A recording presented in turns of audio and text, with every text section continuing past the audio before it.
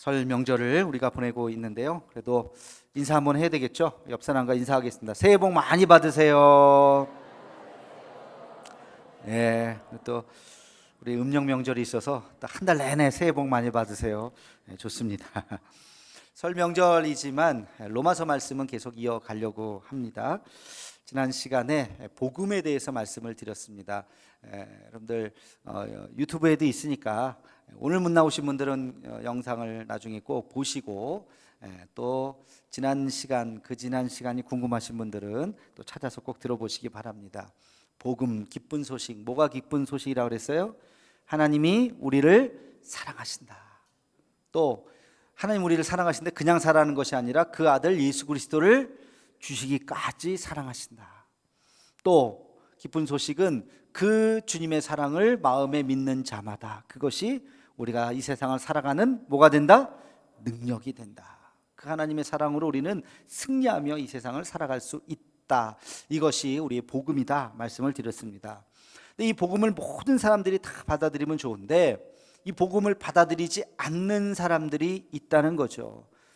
소위 말해서 세상 사람들, 하나님이 어딨어? 라고 말하는 사람들이 있다는 거예요. 바울도 지금 이 로마서를 쓰면서 내가 그런 사람이 있는 거 잘 안다. 세상 사람들, 하나님을 인정하지 않는 사람들이 있다는 것을 안다. 이렇게 이야기하고 있어요. 여러분, 그렇죠? 세상 사람들을 크게 둘로 나눌 수가 있어요. 하나님이 있다고 생각하는 사람들, 유신론자들, 또 하나님이 없다고 생각하는 사람들, 무신론자들, 이렇게 둘로 이렇게 우리는 구분할 수가 있습니다. 이 둘의 차이 별거 아닌 것 같은데 아니요, 엄청난 차이입니다. 여러분, 누가 나를 계속 지켜보고 있다고 생각하면 우리의 삶이 좀 조심스러울 수가 있어요. 근데 아무도 나를 생각하지도 않고 쳐다보지도 않고 결과에 대해서도 물어보지도 않으면 우리도 모르게 우리는 막 살 수가 있어요. 그냥 걸리지만 않으면 되지 뭐. 그래서 우리는 나도 모르게 범죄하면서 살아갈 수도 있다는 것입니다. 그러니까 하나님이 있냐 없냐의 차이가 우리의 삶의 방법, 목적, 우리의 삶이 굉장히 다를 수 있다는 것입니다. 신이 없다고 생각하는 사람에게 만약에 물어본다면 당신은 왜 신이 없다고 생각하십니까? 그럼 뭐라고 대답할까요? 이렇게 대답할 것 같아요. 도대체 신이 어디 있습니까? 당신은 신을 봤어요? 봤어요? 그러고 생각해 보니까 진짜 하나님을 눈으로 보진 못한 것 같아요. 보이지도 않는데 어디 있냐고. 신이 있으면 도대체 이 세상이 이 모양 이 꼴이냐고. 신이 어디 있냐고. 신은 그냥 마음이 약한 사람들이 마음속에 그려낸 거지 진짜 하나님은 없어 라고 대답할 것 같아요. 또 반대로 신이 있다고 생각하는 사람에게 당신은 왜 신이 있다고 생각하십니까? 라고 물으면 뭐라고 대답할까요? 여러분, 한번 생각해 보세요. 이 세상 만물을 보세요. 아니, 하늘을 보고 산을 보고 구름을 보고 바다를 보고 나무 한 그루를 보고 이 꽃 한 그루를 보세요. 하나님이 있나 없나? 하나님이 있죠. 이렇게 아름다운 꽃, 이게 난인데 꽃인가요? 하여튼 난꽃이죠. 이게 이 색깔, 이런 색깔을 사람이 어떻게 만들 수가 있습니까? 이것은 하나님이 아니고서는 이 세상 만물을 만들 수가 없습니다 라고 대답할 것 같아요. 그렇죠? 똑같은 자연 만물을 보는데 어떤 사람은 이야, 하나님이 이런 세상을 만드시다니. 어떤 사람은 하나님이 도대체 어디 있어? 내 눈에 보이지도 않는데. 자, 바울도 이 상황을 이렇게 설명하고 있습니다. 우리 함께 같이 20절 말씀을 함께 읽겠습니다. 시작. 창세로부터 그의 보이지 아니하는 것들 곧 그의 영원하신 능력과 신성이 그가 만드신 만물에 분명히 보여 알려졌나니 그러므로 그들이 핑계하지 못할 지니라. 아멘. 바울에게는 보인다는 거예요. 뭐가? 보이지 아니하는 하나님의 능력, 그 거룩함이라고 하는 것은 하나님 앞 우리 눈에 보이지 않지만 그것이 만물 속에 스며들었다는 거예요. 그래서 그게 보인다는 거예요.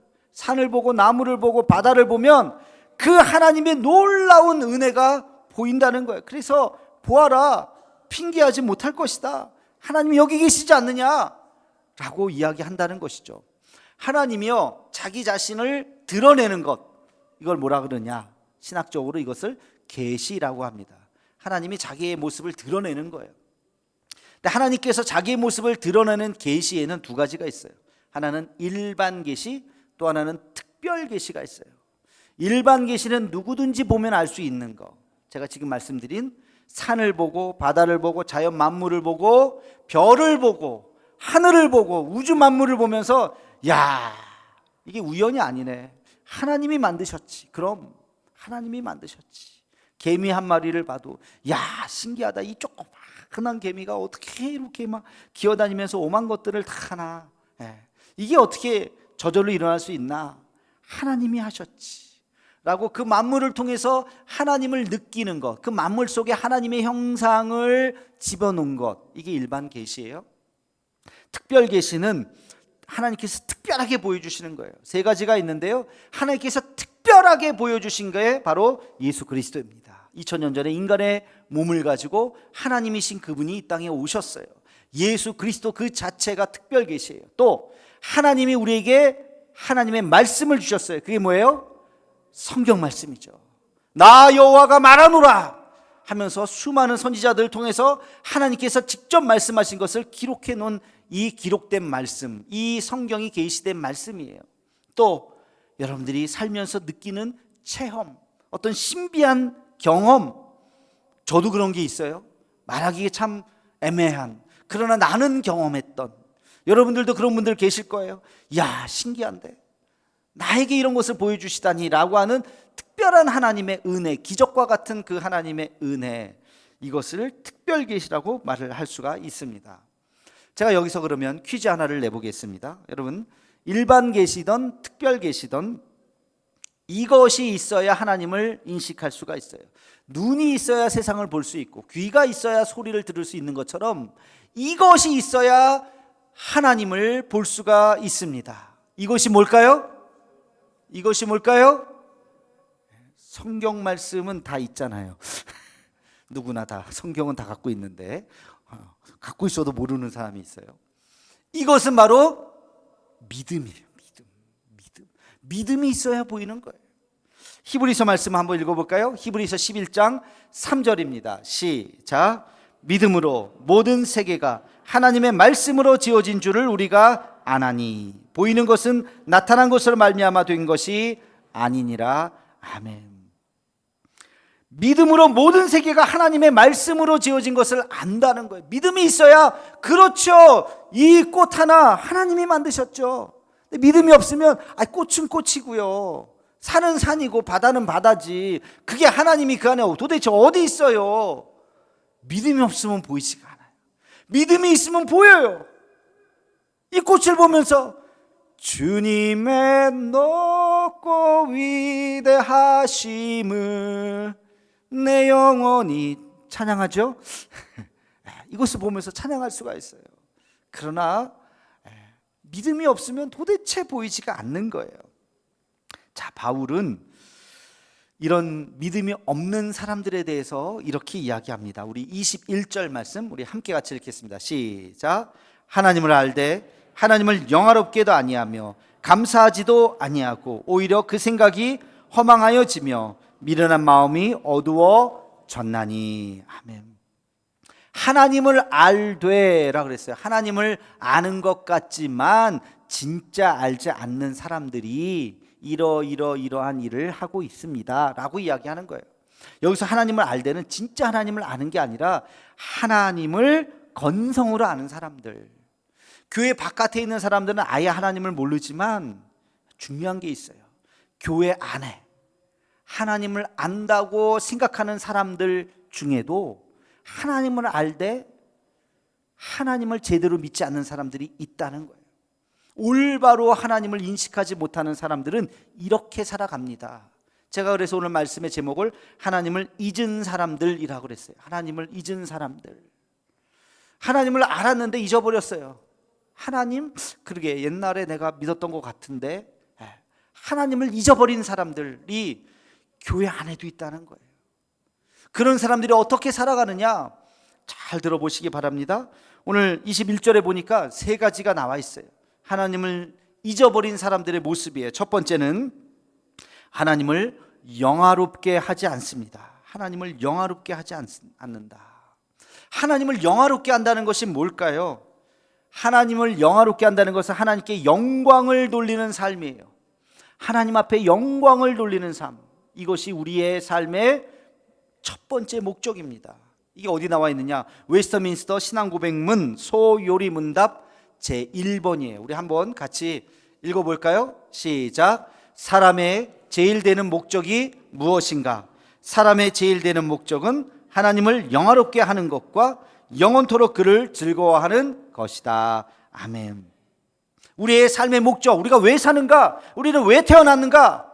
사람들이 이 질문하죠. 그에 대한 답이 뭐라고요? 우리가 하나님을 영화롭게 하는 거예요. 그리고 주님을 보면서 우리는 기뻐하는 것, 즐거워하는 것이 우리의 삶의 목적이다. 이게 웨스터민스터 소요리문 신앙 고백문 첫 번째입니다. 제가 이렇게 하고 그냥 넘어가려다 보니까 웨스터민스터 신앙 고백문이 굉장히 중요한데 이게 뭔지 잘 모르시는 분들이 많을 것 같아서 잠깐 제가 깨알 상식으로 좀 설명을 좀 해드리겠습니다. 웨스터민스터 사원은 사원이라고 보통 이야기하는데 사원이 아니고 교회죠. 영국 런던에 있는 웨스터민스터 사원이 있습니다. 영국의 런던에 가실 기회가 있는 분들은 꼭 가보세요. 당연히 거기는 가보게 될 겁니다. 아주 아름답게 지어진 웨스터민스터 교회가 있습니다.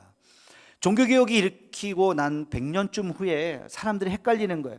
아니, 구교가 뭐고 신교가 뭐지? 카톨릭하고 우리랑 뭐가 다르지? 우리는 다른다고 해서 그냥 피해 전쟁을 치르면서 여기까지 왔는데 도대체 대충 비슷한 것 같은데 우리 개신교하고 카톨릭하고 도대체 뭐가 다른 거야? 여러분들 중에서도 혹시 그런 생각을 하고 계신지 모르겠어요? 똑같이 하나님 믿고 똑같이 예수님 믿는데 똑같이 성령님 믿는데 뭐가 다른가? 사람들이 그거에 대해서 질문하고 그것을 대답을 해줘야 되잖아요.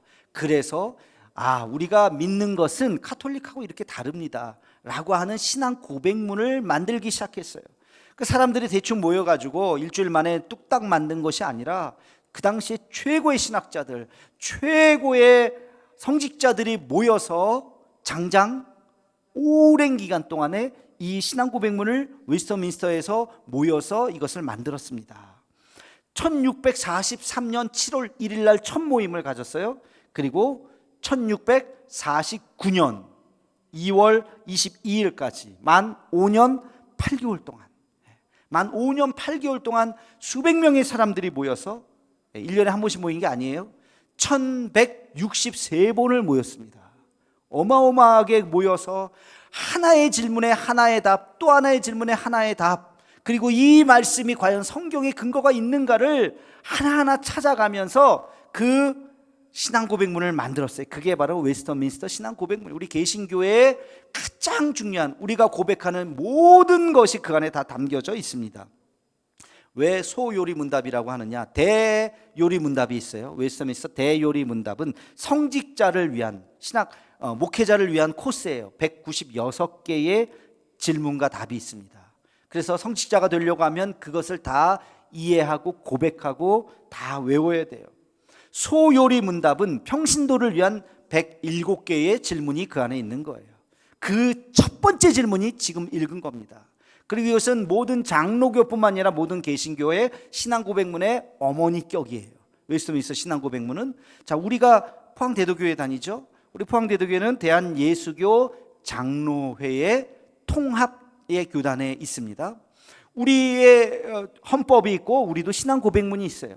우리 예수교 장로교 통합의 신앙고백문 거기에도 보면 제3부 헌법 교리 제3부 요리문답편에 이렇게 되어 있습니다. 제 첫 번째 질문이에요. 같이 한번 읽어보겠습니다. 시작. 사람의 제일 되는 목적은 무엇입니까? 사람의 제일 되는 목적은 하나님을 영화롭게 하고 영원토록 그를 즐거워하는 것입니다. 아멘. 똑같죠? 웨스터민스터 신앙고백문을 그대로 우리가 가져온 거예요. 똑같아요.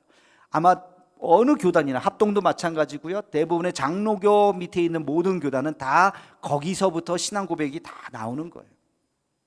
그래서 이 웨스터민스터 신앙고백문을 설교 때 가끔씩 이렇게 교리를 설명할 때마다 인용을 하게 됩니다. 그러니까 여러분들이 잘 이제 기억하시면 좋겠어요. 근데 여기서 질문, 하나님을 영화롭게 한다는 것이 뭘까? 우리의 삶 자체가 하나님을 영화롭게 한다는 것인데 하나님을 영화롭게 하는 것이 뭘까? 예전에요, 영화배우 황정민이라고 하는 분이 있어요.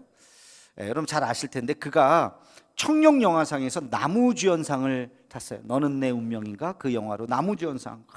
사람들이 막 박수를 치고 앞에 나와서 상을 받고 수상 소감을 했습니다. 이런 수상 소감을 했어요. 저는 항상 사람들에게 말합니다. 나는 일개 배우 나부랭이에 지나지 않는다고. 왜냐하면요, 제가 연기하러 올 때 60여 명이 되는 스태프들이 배우들을 위해서 멋진 밥상을 다 차려놔요. 그러면 저는 숟가락을 들고 맛있게 먹기만 하면 돼요. 그런데 스포트라이트는 내가 다 받거든요. 그게 너무 죄송스러워요. 이 영광을 스태프들 그리고 우리 감독님께 돌립니다. 이런 얘기를 했어요. 여러분들 기억나시죠? 안 나요? 이게 벌써 19년 전 얘기예요. 2005년도에. 근데 아직까지도 이 수상 소감을 사람들이 기억하고 있습니다. 밥상 수상 소감, 밥상 소감이라고. 자기는 숟가락만 들고 왔다는 거죠. 자기가 영광 받아야 되잖아. 나무주연상, 이게 보통 상입니까? 최고의 영광상. 모든 사람들이 그를 환호하고 박수를 치는 그때, 나에게 박수 치지 마세요. 그가 그런 얘기를 했어요. 이 트로피를 들고, 트로피가 사람 모양처럼 생겼는데요, 청룡영화상이. 거기에 보니까 요 발가락 하나가 내 거고요, 나머지는 내 게 아니에요. 그런 말을 하더라고요. 모든 영광을 누구에게 돌렸어요? 스태프들에게 돌렸어요. 영화 보시면 영화 마지막에 쫙 그 마지막에 사람들, 수고했던 사람들이 이름이 쫙 올라가잖아요, 그죠? 그 영화, 이 사람은 대사 외워서 연기만 하면 끝나는데 거기에 조명이니 뭐니 소품이니 준비했던 수많은 사람들, 스태프들이 있고요. 다 촬영 끝나면 또 편집해야 되고 녹음해서 다 맞춰야 되고 그런 수많은 사람들이 있어요. 이 황정민이 그 생각을 한 거예요. 내가 박수 받을 일이 아니네. 이 한 편의 영화를 위해서 수십 명, 수백 명이 애쓰네. 그들에게 영광을 돌립니다 라고 이야기를 한 거죠. 대단히 겸손하죠. 여러분, 우리의 삶이 그런 거예요.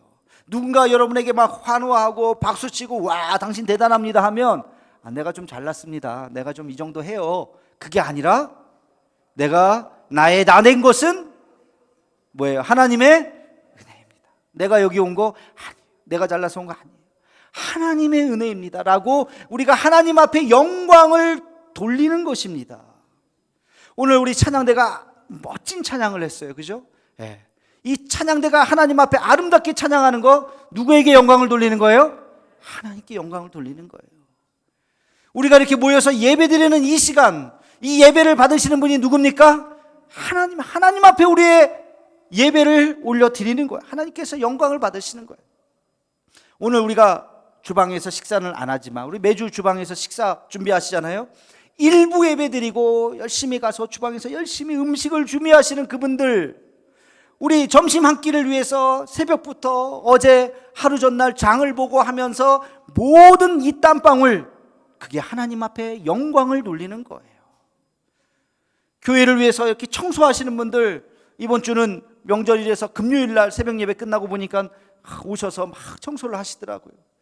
그렇게 애쓰시는 그 땀방울, 이게 다 하나님 앞에 영광을 돌리는 것입니다. 고린도전서 10장 31절 말씀 함께 같이 읽겠습니다. 시작. 그런즉 너희가 먹든지 마시든지 무엇을 하든지 다 하나님의 영광을 위하여 하라. 아멘. 먹든지 마시든지 우리의 삶에 그 어떤 것도 다 하나님의 영광과 관련이 있다는 거예요. 내가 열심히 밥 먹고 힘내어서 복음 전하고 주님을 위해서 애쓴다면 그 먹는 행위 자체도 하나님 앞에 영광을 돌리는 삶이라는 거예요. 그러니까 우리의 삶이 꼭 유명해져서가 아니라 우리의 삶이 한순간 한순간이 다 주의 영광을 위해서 살아가는 우리들의 모습이 되기를 주님의 이름으로 축원합니다. 그런데 하나님을 잊어버린 사람은 하나님의 영광을 위해서 살아가는 것이 아니에요. 나의 영광을 위해서, 나의 성공을 위해서 살아간다는 것이에요. 굉장히 이기적인 삶이죠. 그렇게 살아서는 안 된다고 오늘 말씀은 이야기하고 있습니다. 여러분, 두 번째, 하나님을 잊은 사람은 어떻게 살아가느냐? 우리 함께 21절 말씀을 다시 한번 읽겠습니다. 시작. 하나님을 알되 하나님을 영원하게도 아니하며 감사하지도 아니하고. 여기까지 감사하지도 아니하고. 첫 번째는 영화롭게도 아니하고, 두 번째는 감사하지도 아니하고. 하나님을 잊어버린 사람은 어떻게 산다고요? 감사하지 않으면서 산다고. 감사가 없어요. 제가 늘 감사를 강조하죠. 추수감사절 때뿐만이 아니라 우리에게 있어서 감사는 정말로 소중합니다. 여러분이 생각하는 것 그 이상으로 훨씬 더 중요한 가치가 바로 감사예요.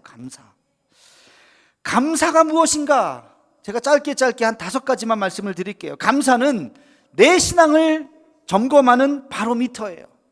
여러분 가끔 그런 생각 안 하세요? 내 신앙이 몇 점짜리일까? 100점 만점에 한 몇 점 되나? 50점? 60점? 몇 점이 될까? 가끔 궁금할 때가 있어요. 내 신앙이 큰가? 좀 작은가? 여러분 제가 여러분의 신앙을 잴 수 있는 비법을 하나 알려드릴게요. 그게 뭐냐? 감사의 크기예요. 감사의 크기. 여러분이 매일매일 하루하루 살면서 눈을 떠서 감사합니다. 아침을 먹으면서 감사합니다. 사람을 만나면서 감사합니다. 매일매일 하루에 삶을 살면서 나도 모르게 감사가 넘친다면 여러분 신앙이 매우 건강한 거예요. 매우 큰 거예요. 그런데 하루를 살면서 한 번도 감사합니다라는 말이 안 나와. 뭐가 감사해? 내 돈 내서 내가 밥 먹는데 뭐가 감사해? 내가 그냥 내 능력으로 이렇게 사는데 뭐가 감사해? 사람들 만나는 거 뭐가 감사해? 하나도 감사하지 않아. 그러면 여러분들도 모르게 여러분의 신앙이 병들어 있는 거예요. 감사는 우리의 신앙의 바로미터입니다. 여러분 그래서 자기 자신을 잘 되돌아보셔야 돼요. 내 신앙이 어느 정도인가? 내가 지금 감사하고 있는가? 두 번째, 감사는요, 하늘과 땅을 이어주는 연결끈이에요. 나와 하나님을 이어주는 연결끈이라고요. 감사가 없으면 그 연결끈이 다 끊어진 거예요. 그러니까 불평불만이 있는 거예요. 하나님이 우리에게 주시는 그 끈이 끊어져 버렸어요. 그러나 그 끈이 단단하게 연결되어 있으면 나도 모르게 감사가 나오는 거예요. 감사가 나오는 거예요. 세 번째는요, 감사는 하나님께 영광을 돌리는 가장 중요한 행위입니다. 우리가 우리의 삶을 통해서 하나님 앞에 영광을 돌리라고 그랬는데 하나님 앞에 영광을 돌리는 게 뭔가? 그게 감사예요. 누구에게 감사하십니까? 하나님께 감사합니다. 하나님께 감사하니까 내 주변에 있는 사람들에게도 감사한 거예요. 그게 하나님 앞에 영광을 돌리는 거라고요. 여러분 오늘 예배 이렇게 예배 전에 나오셨죠? 5분 10분 전에 오셨을 거예요. 오셔서 자리에 앉아서 기도하면서 무슨 기도하십니까? 하나님 감사합니다.